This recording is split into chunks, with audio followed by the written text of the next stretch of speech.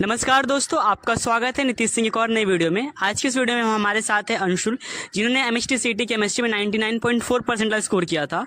तो अभी लास्ट के कुछ दिन बाकी है, तो इन कुछ दिनों में आपको क्या करना चाहिए, कैसे केमिस्ट्री के लिए प्रिपेयर करना चाहिए, वो हम आज बात करने वाले हैं। तो अंशुल, आप थोड़ा सा अपना इंट्रोडक्शन दीजिए। Hello everyone, my name is Anshul Salokar. I scored 99.40 percentile in chemistry in MHT CET.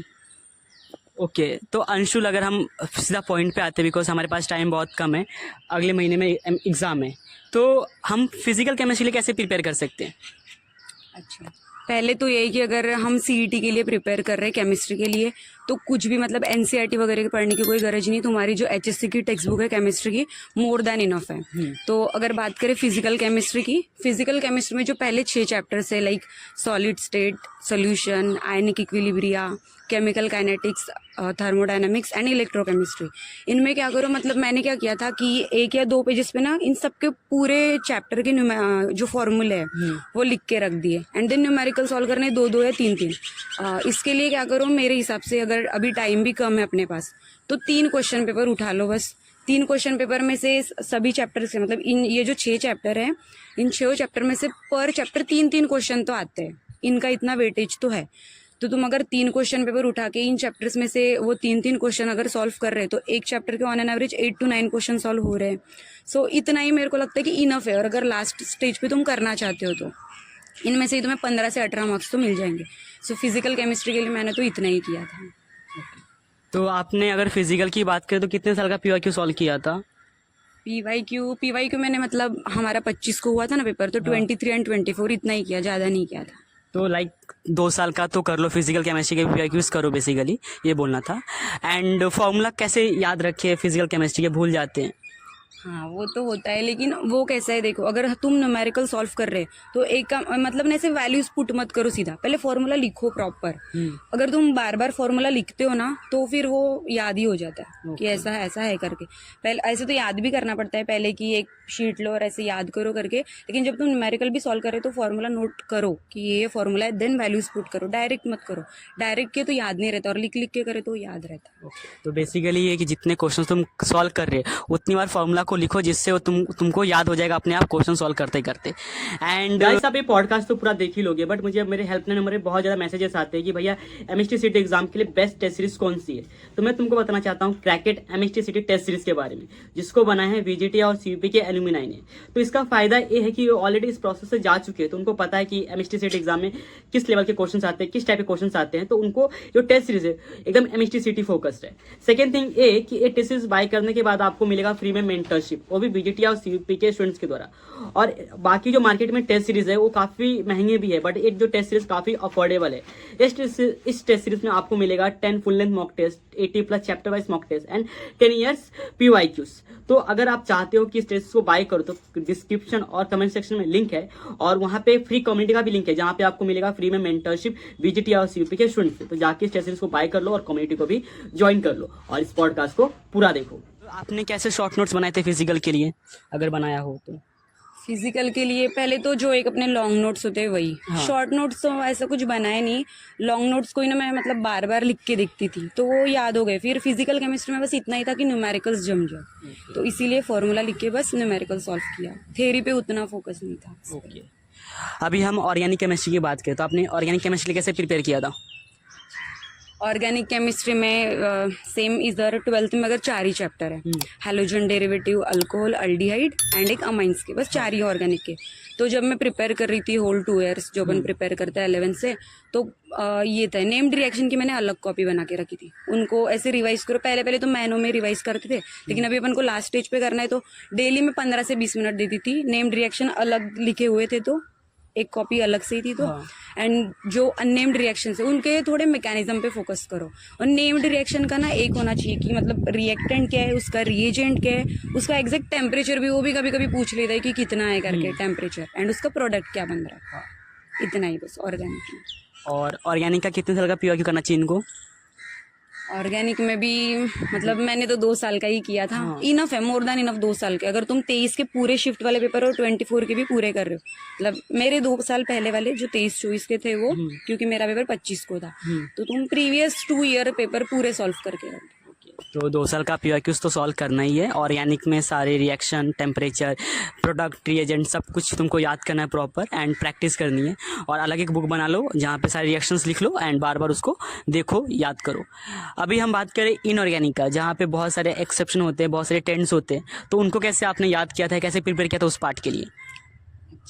मतलब देखो, पहले फिजिकल के 6 चैप्टर हुए, देन ऑर्गेनिक के 4, और अभी 6 ही बचे पूरे, टोटल तो 16 चैप्टर है। तो इन 6 में मैं क्या करती थी, मतलब जो नोट्स थे मेरे उनको ना लाउडली रीड करना, फ्रिक्वेंटली लाउडली रीड करना। मतलब हमें एग्जैक्टली ऐसा याद, वर्ड टू वर्ड याद नहीं रखना है। जस्ट ऐसे कि अगर उससे रिलेटेड एग्जाम में क्वेश्चन आया तो ऐसा ऑप्शन दिखना चाहिए कि अच्छा इससे कोई ये रिलेट कर रहा है करके। इसलिए मैं बस ये बोलूंगी कि फ्रिक्वेंटली लाउडली रीड करो। ओके। हाँ, और जो उसके ट्रेंड्स हो गए थे उसको कैसे याद करके जल्दी? वो तो तुम्हें याद करनी ही पड़ेंगे, वो तो है कि तुम्हें याद करना ही पड़ेगा थोड़ा एफर्ट्स डाल के। ओके, तो मैं यहाँ पे टिप देता हूँ, तुम अपने हिसाब से कोई भी गाना बना लो या समथिंग कुछ बना लो जिससे याद हो जाए। फ्रेंड्स के नाम से कुछ याद कर लो, बेसिकली ऐसा करके तुम याद कर सकते हो ट्रेंड्स या जो भी है। हाँ, पीरियोडिक जो टेबल का था वो तो वैसा ही था, कुछ हाँ। ट्रिक्स वगैरह वो रहते हैं ना, गाने हाँ। वगैरह, वैसे ही याद करा था। ओके, अभी हम बात करें ग्रीन केमिस्ट्री पार्ट से, तो आपने ग्रीन केमिस्ट्री, पॉलीमर्स, बायोमोलिक्यूल जैसे चैप्टर्स को कैसे प्रिपेयर किया था? जो 3 चैप्टर थे ना वो बड़े ये थे, मतलब कि पॉलीमर में तो ऐसे वो कंपाउंड है जिनको याद रखना है रट्टा मार के, कभी पूछे तो यूरासिल का कौन सा कंपाउंड है ऐसे वगैरह करके। सो इनको तो मैं ना मतलब बार बार लिख लिख के देखना है।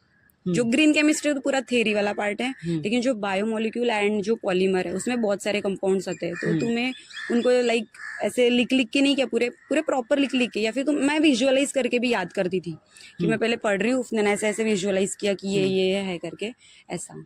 ओके, अगर हम बात करें केमिस्ट्री के CET के पेपर में बुक रीडिंग का कितना ज़्यादा इंपॉर्टेंस है, तो आप क्या बोलना चाहोगी? बुक रीडिंग मतलब तुम अगर फर्स्ट टाइम उसको कर रहे हो पहले और फिर नोट्स बनाए तो फिर बुक की कोई गरज नहीं है। फिर नोट्स बहुत है तुम्हारे लिए, वही तुम्हारे लिए सब कुछ है कि बस नोट्स पढ़ो है। बार बार बुक रीडिंग करने से कोई फायदा नहीं है। जस्ट एक बार रीड करो, एक बार करो, 2 बार करो, नोट्स बनाओ, देन नोट्स को ही फॉलो करो। बुक को बार बार नहीं, टाइम भी वेस्ट होगा एंड उतना ही कंटेंट मिल रहा है तो कोई फायदा नहीं है ना। इफ़ गाइस, आप जब टीचर्स पढ़ा रहे थे तब आपने एकदम प्रॉपर नोट्स बनाए, हर चीज़ को अपने नोट्स में लिखा हुआ है, तो उतना इम्पोर्टेंस नहीं है बुक रीड करना। बट कुछ चैप्टर्स होते हैं जहाँ पे ज़्यादा इम्पोर्टेंट हो जाता है, जैसे कि लास्ट के part nano chemistry, biomolecules, polymers जैसे चैप्टर्स को रीड करना चाहिए। और इनऑर्गेनिक के चैप्टर्स है ना, उसको भी तुम रीड कर सकते हो इफ़ तुम्हारे नोट्स में सारी चीज़ें मेंशन नहीं है। समटाइम्स क्या होता है, जब हम रीड करते हैं तभी चीज़ों को हम, जो चीज़ लगता है कि हाँ ये आ सकता है, उसको हम अपने नोट्स में लिख लेते हैं, तो हम नोट्स से रिवाइज कर सकते हैं। बट इफ़ तुम चाहो तो कुछ स्पेसिफिक चैप्टर्स होते हैं केमिस्ट्री में, उनको रीड कर सकते हो, ठीक है? हाँ। और मेरा एक लास्ट का सजेशन है, इफ तुम्हारे पास इतना करने के बाद अगर टाइम बच रहा है हाँ। तो तुम 2 चीजें कर सकते हो। एक तो 11th के ना 4 से 5 चैप्टर है जो बहुत इजी है। हाँ। मतलब एक आवर में पूरे कंप्लीट भी हो जाएंगे और मार्क्स भी इजीली स्कोर कर सकते हो। चैप्टर्स लाइक कि रेडॉक्स रिएक्शन है, colloid and absorption and colloid जो एक चैप्टर है वो, एंड जो पिछले साल एक ऐड हुआ है केमिस्ट्री इन एवरीडे लाइफ करके, वो पिछले साल हमारी इससे ऐड हुआ है, तो वो एक कर सकते हो। वो ग्रीन केमिस्ट्री जैसा है एकदम थ्योरी एंड, और ग्रुप 1 एंड ग्रुप 2, ये जो 4 से 5 चैप्टर है तुम कर सकते हो अगर टाइम है तो। ओके, तो अगर हम केमिस्ट्री के पेपर को अटेम्प्ट करने की स्ट्रैटेजी की बात करें तो आप कैसे अटेम्प्ट करते हो केमिस्ट्री का पेपर?